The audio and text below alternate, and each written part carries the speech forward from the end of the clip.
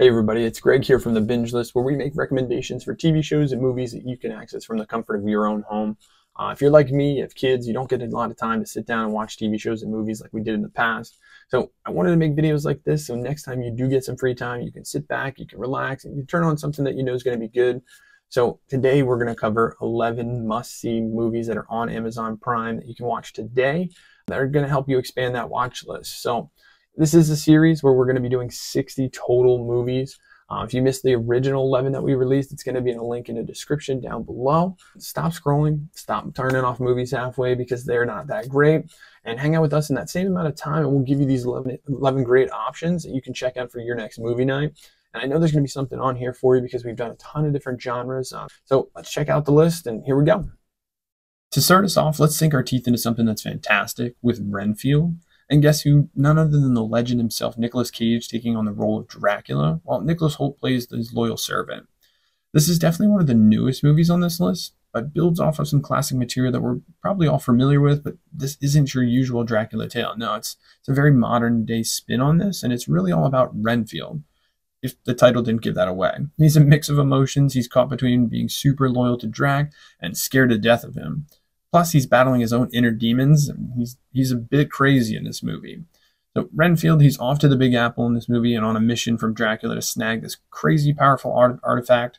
And here's the kicker: he gets caught up in this mega dangerous showdown between Dracula and his enemies. Enter our mysterious hero, Rebecca Quincy, played by Aquafina, claiming to be Van Helsing's descendant. She's all about putting a stop to Dracula, and she ropes Renfield into her grand plan. Now, Renfield's facing a bit of a pickle. It's a classic loyalty versus survival dilemma. Does he stick it out with Dracula's side, or does he switch sides and help Rebecca put a stop to the chaos? And it's not always a battle between good and evil. It's a real showdown between sanity and madness for Renfield. He's seeing things, visions of Dracula and his unfortunate choices that led him here. There's definitely an aspect of tragic humor at play here too, which this film's humor stands out as one of the strongest aspects, offering numerous laugh-out-loud moments. Nicholas Hoult shines in that lead role. Awkwafina delivers exactly what we've come to expect from her, fitting this role seamlessly.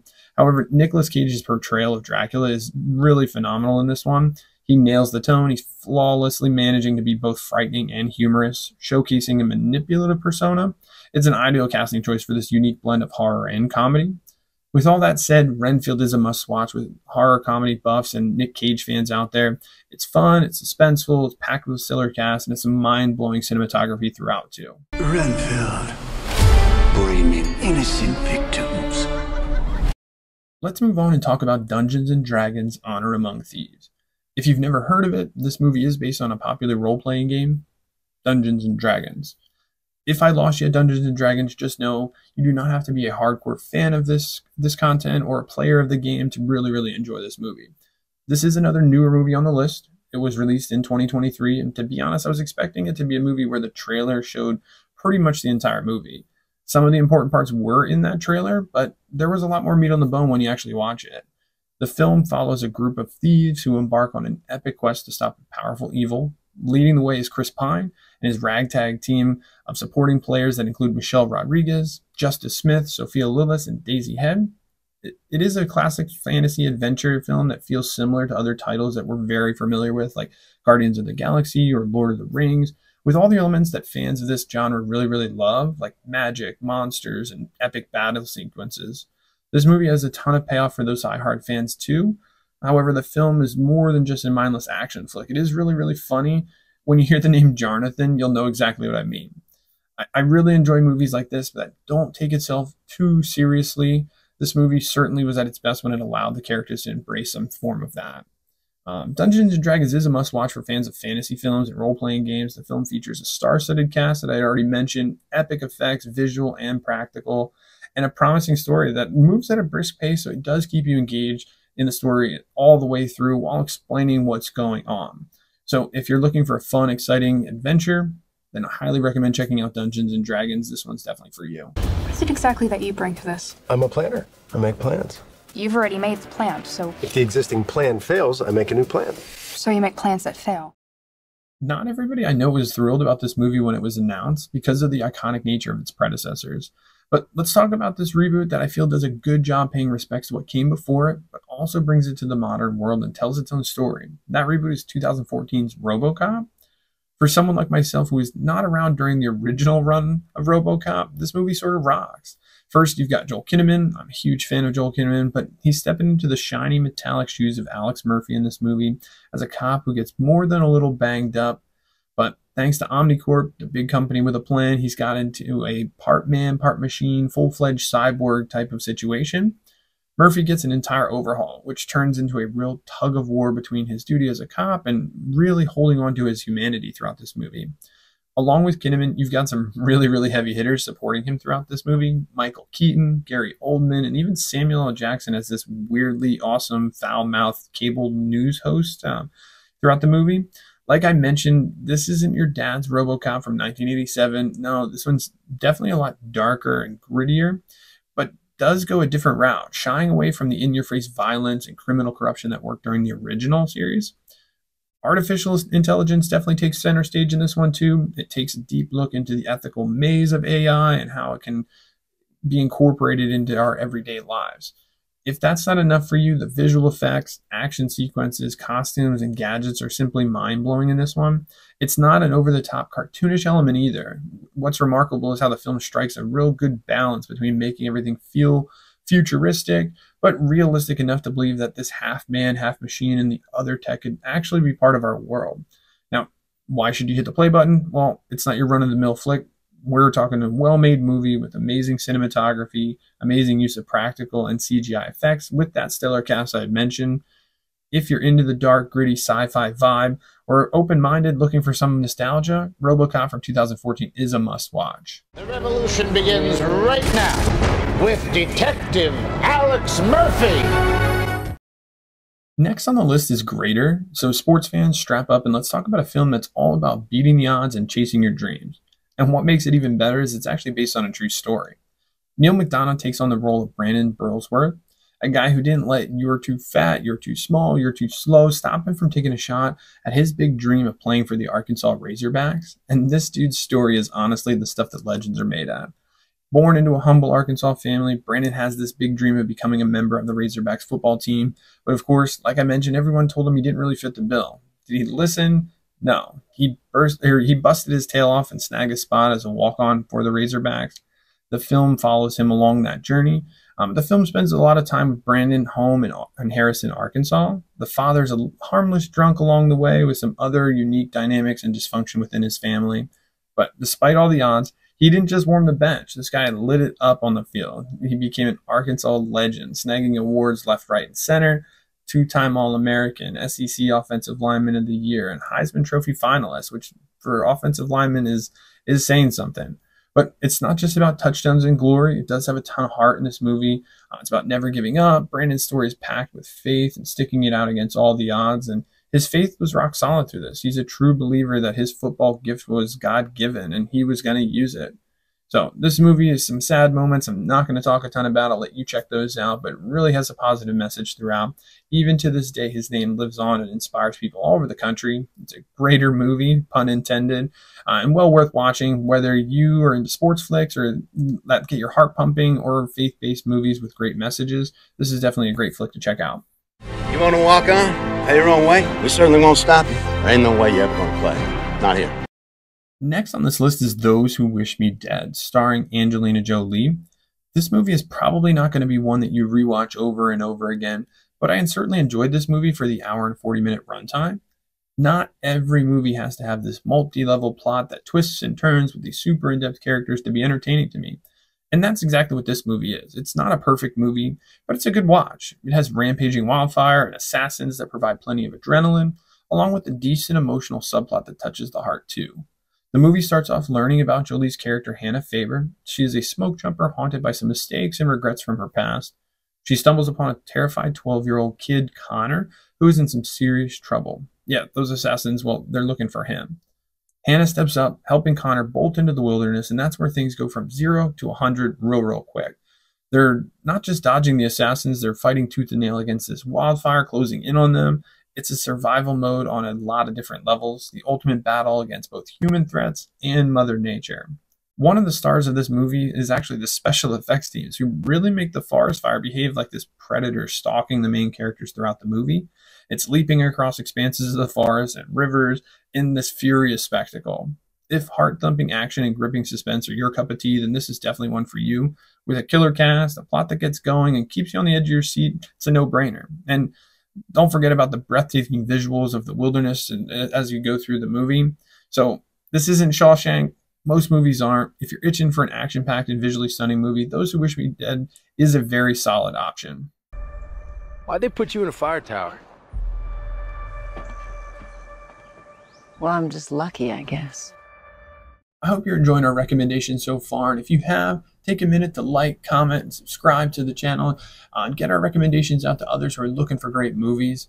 It doesn't cost you anything, and it does really help us out. But let's get back to the back half of this video and check out some other recommendations. Let's turn up the heat with a movie that's not quite a 5-star meal, but definitely hits the spot, and that movie is Burnt. This is starring Bradley Cooper portraying Adam Jones. He's a rock star chef who had his fair share of ups and downs. Once upon a time, he was actually the pinnacle of the culinary world, but between a meltdown, his own arrogance, and a little bit of drugs and alcohol, he ended up at rock bottom. Now hustling in a tiny kitchen down in New Orleans, it's not all doom and gloom throughout this movie. Adam does get a sweet offer to kickstart a brand new restaurant in London. It's his shot at redemption. It's essentially starting from scratch, though, building a team, crafting a new menu, clawing back all the respect that he lost in his former years. And in the midst of this culinary chaos, you enter Helen. She's played by the fantastic Sienna Miller. She's not just the sous chef in this movie, she's actually the secret ingredient that kind of reignites Adam's passion for cooking. And while there's love in and for the kitchen, that kind of spurs from it. Burnt isn't just about creating delicious food. It is a very flawed character movie who tries to put his life back together from this heap of mistakes that he made along the way. And the film's a reminder that no matter how far you've fallen, redemption's always on the menu.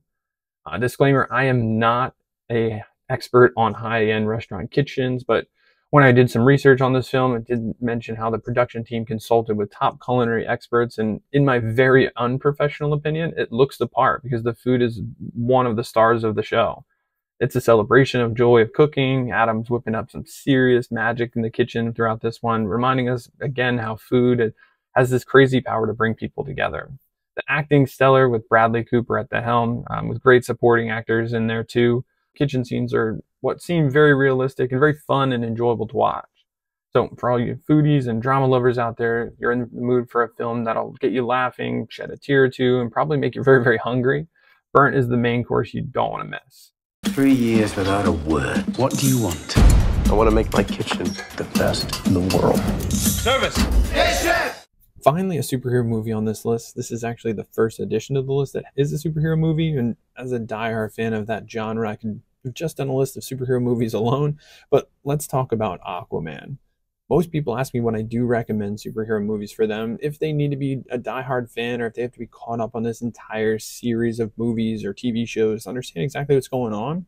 With Aquaman, really no. It does a good job of explaining things, keeping you up to date on what's going on throughout the movie, especially for those lesser obsessed fans. And obviously it's part of the larger DC universe, but this movie is somewhat in a vacuum.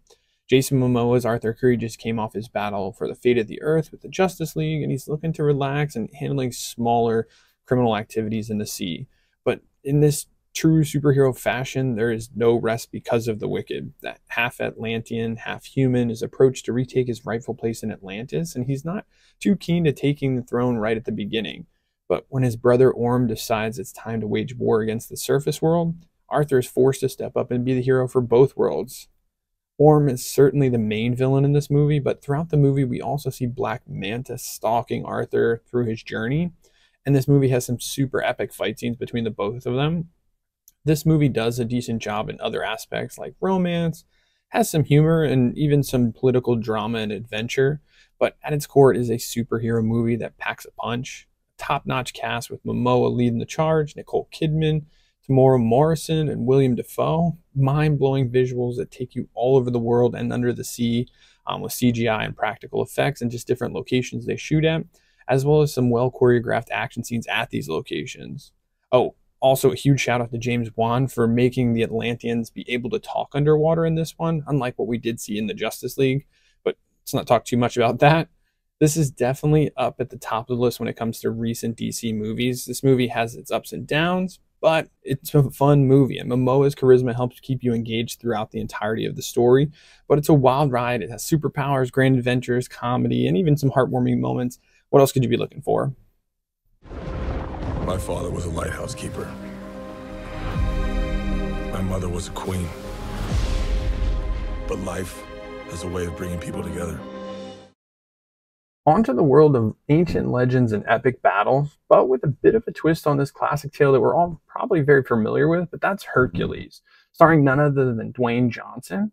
This movie might not be as huge as a film like Gladiator was in its time, or as visually stunning as something like 300, but has a lot of that same appeal, and it definitely doesn't disappoint you. Hercules in this movie is portrayed slightly differently than we're all very familiar with. He's a monster of a human being. He's quite strong. He's a fierce warrior, but the demigod part appears questionable at times. In this one, he's more of the leader of a team with some amazing skills backing him up, which is making him appear as such. Hercules gets a job in this movie from King Codus to whip his army into shape and then take down the menacing warlord Rhesus. Sounds like your standard action hero movie stuff going on. Well, it turns out Hercules might be getting slightly misled with this mission, and when it comes to light, things get really, really interesting. The production team does a good job bringing this world to life during this movie. The sets, the wardrobe, epic action sequences, and some of my favorite parts are the normal interactions between its star-studded cast. I really enjoy the simpler moments when these great actors get to just interact with each other. Dwayne Johnson nails it as Hercules, bringing the perfect mix of brawn and charisma in this movie.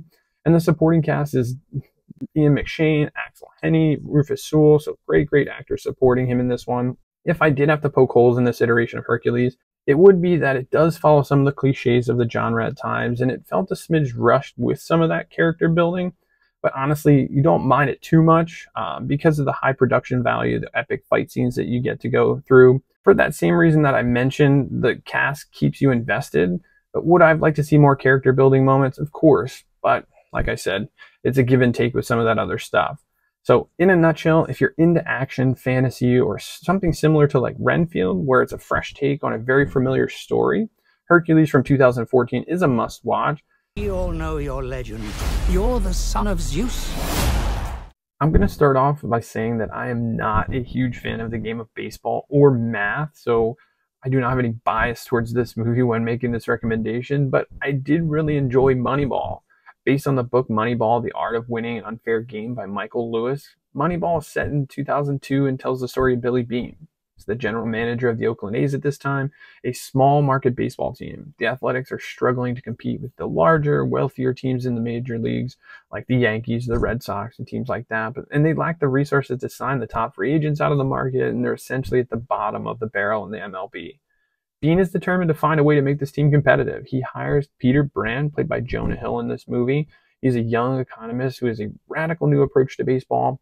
Brand believes that the Athletics can win using sabermetrics. It's a statistical analysis of baseball players. Beane and Brand use sabermetrics to identify undervalued players who are available at bargain prices, and they trade away some of their star players in order to save this money and bring in other players. Players who are older or have oddities in their games that get them overlooked by other teams. It is a lot like the movie Miracle, if you're familiar, where they're not necessarily looking for the best players at this time, but they're looking for the right players to fit a piece of their team. The Athletics' new strategy is extremely controversial, even in their own organization during this movie, but it does turn out to be successful. Despite the critics and the naysayers throughout the movie, it does turn into some really cool things. So Moneyball is a story about baseball and math. I know that sounds extremely riveting when I talk about it like that, but why do I recommend it? Well, I really enjoy Brad Pitt and Jonah Hill together in this movie, an oddball couple that works well together. They're also greatly supported by others, tons of great actors in this movie. Chris Pratt, Stephen Bishop, Philip Hoffman, just to name a few. Plus, it's a very well-made film. It's beautifully shot. You get to see these depictions of the stadiums and the life of MLB players. The script is smart. It's filled with humor and heart, and the pacing's done well, so it does keep you excited even with these two dry subject matters. Moneyball is a must-watch for baseball fans, of course, but I would also recommend it to anyone who enjoys just sports dramas and inspirational films in general. There are rich teams, and there are poor teams. Then there's 50 feet of crap. And then there's us. Next is Just Go With It. This is a 2011 romantic comedy film starring Adam Sandler and Jennifer Aniston. It's actually a remake of a 1969 film, Cactus Flower, and it's fun, it's lighthearted, it's a perfect movie for a night in. Danny, the main character, played by Sandler, is a successful plastic surgeon who has a habit of telling women he's married to get out of the commitment of a relationship. He uses this lie to go out on dates without any strings attached. And one day at a party, Danny removes his wedding ring to tend to a child's scraped knee. Shortly afterwards, he meets Palmer, played by the beautiful Brooklyn Decker, a young 6th grade math teacher at this time. They spend the night on the beach together, but Palmer finds Danny's wedding ring in his pocket the next morning and leaves, furious that he seemingly cheated on his wife with her. In a panic, Danny turns to his assistant, Catherine, Jennifer Aniston's character in this movie, for help. He asks her to pretend to be his soon-to-be ex-wife in order to convince Palmer that he's not married. Reluctantly, Catherine agrees, and the two go on a weekend trip to Hawaii with Palmer and Catherine's 2 kids, along with Danny's high school buddy Eddie, played by Nick Swanson, who's pretending to be Catherine's soon-to-be husband or fiancé at this time. Just Go With It's a very typical Adam Sandler movie. If you're familiar with the tons of different titles he's in, it's hilarious if you're into that type of humor, but it's also got a ton of heartwarming moments and messages about love, trust, the importance of being honest in it, of course. It's a great film that'll leave you with a smile on your face for sure. On top of that, Sandler and Aniston play off each other great. Jennifer Aniston is extremely funny. You'd think it's going to be mostly Adam Sandler, but Aniston plays it really, really well as well, along with the added layers that the other cast brings to this. So if you're looking for a fun, lighthearted film to watch, then I highly recommend checking out Just Go With It. It's a film that'll make you laugh, it'll make you cry, and it'll leave you feeling good at the end of it. I wear this fake wedding ring. You're a pig. Just tell her you're getting a divorce. Lastly, but absolutely not least on this list, guys, is let's talk about one of my personal favorites. That's V for Vendetta. Seriously, I could not leave this off the list for you guys. This is a gem. If you haven't seen it, you are in for a treat.